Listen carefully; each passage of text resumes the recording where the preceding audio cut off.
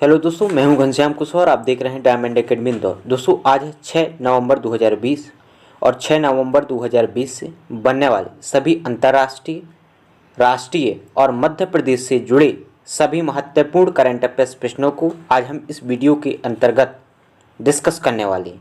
और यदि आप हमारे चैनल पर नए हैं तो सबसे पहले हमारे चैनल को ज़रूर सब्सक्राइब कर लें। चलिए जानते हैं आज के पहले प्रश्न के बारे में।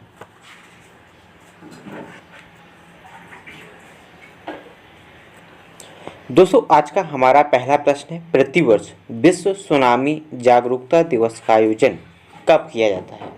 तो दोस्तों इसका सही आंसर है डी अर्थात 5 नवंबर।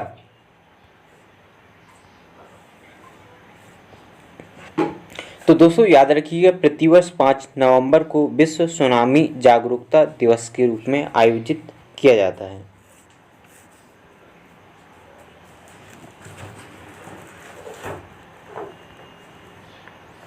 अगला प्रश्न, न्यूजीलैंड क्रिकेट टीम का नया बल्लेबाजी कोच किसे नियुक्त किया गया है? तो इसका राइट आंसर है बी अर्थात ल्यूक रॉन्की। तो दोस्तों हाल ही में ल्यूक रॉन्की को न्यूजीलैंड क्रिकेट टीम का नया बल्लेबाजी कोच नियुक्त किया गया है।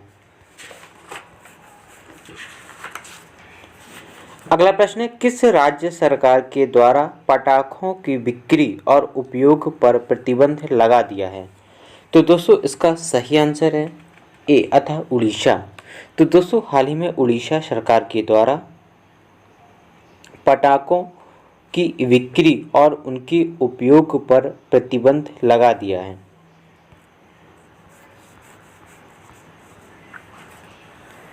अगला प्रश्न है, हाल ही में किसके द्वारा कोविड-19 टिल बी विन नामक पुस्तक की रचना की गई है?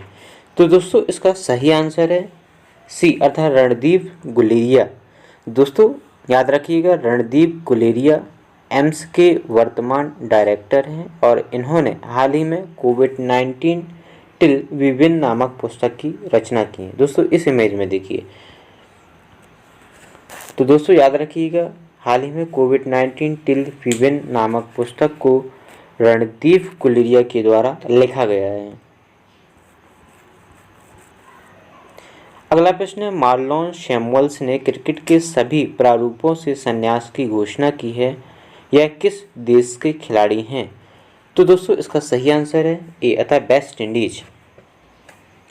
तो दोस्तों मार्लोन सैमुअल्स वेस्ट इंडीज के एक मशहूर बल्लेबाज हैं और इन्होंने क्रिकेट के सभी प्रारूपों से संन्यास की घोषणा की है। और दोस्तों याद रखिएगा, हाल ही में ऑस्ट्रेलियाई खिलाड़ी शेन वाटसन के द्वारा, जो कि चेन्नई सुपर किंग्स के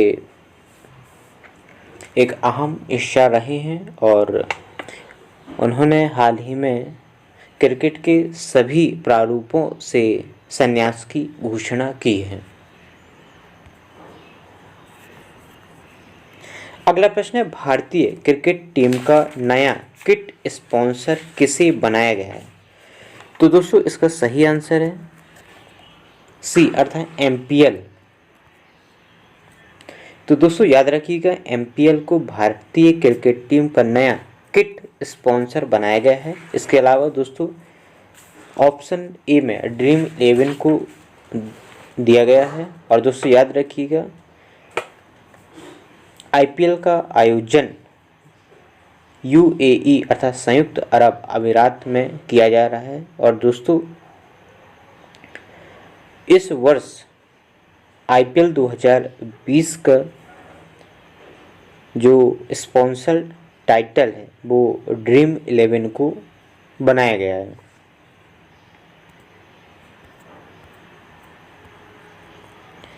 अगला प्रश्न है, हैंडबॉल फेडरेशन ऑफ इंडिया के नए अध्यक्ष कौन बनाए गए हैं? तो इसका सही आंसर है बी अर्थात ए जगन मोहन राव। तो दोस्तों हाल ही में ए जगन मोहन राव को हैंडल फेडरेशन ऑफ इंडिया के नए अध्यक्ष के रूप में चुना गया है।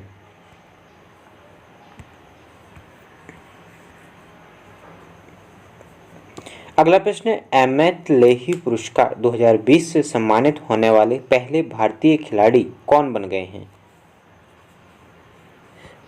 तो दोस्तों इसका सही आंसर है डी अर्थात दिनेश कात्रे।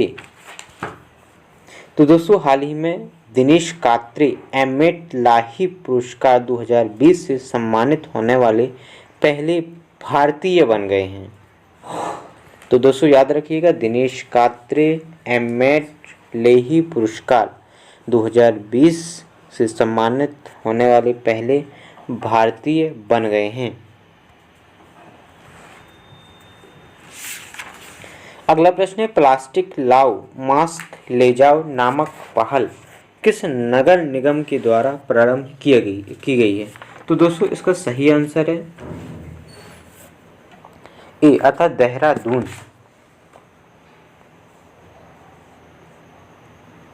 तो दोस्तों हाल ही में देहरादून नगर निगम के द्वारा प्लास्टिक लाओ मास्क ले जाओ नामक एक पहल की शुरुआत की गई है।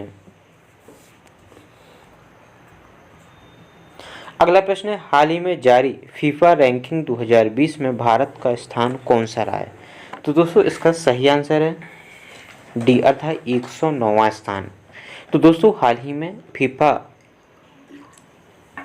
रैंकिंग को जारी किया गया था और इस रैंकिंग में भारत का स्थान 109वां रहा है। और दोस्तों याद रखिएगा, इस रैंकिंग की सूची में बेल्जियम सर्वोच्च स्थान पर रहा है और जबकि दूसरे स्थान पर फ्रांस और तीसरे स्थान पर ब्राज़ील ने इस सूची में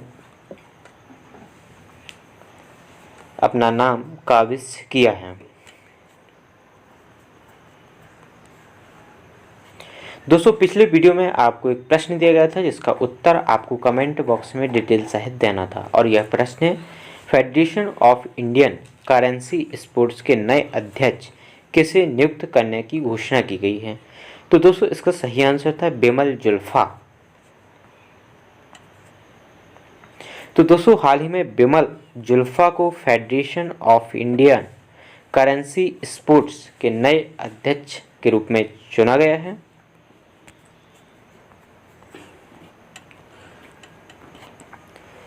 दोस्तों पुनः आपको एक प्रश्न दिया जा रहा है जिसका उत्तर आपको कमेंट बॉक्स में डिटेल सहित देना है और यह प्रश्न है, हाल ही में केंद्रीय मंत्रिमंडल के द्वारा लोहरी हाइड्रो पावर परियोजना को मंजूरी दी गई है, यह किस नदी पर प्रस्तावित है?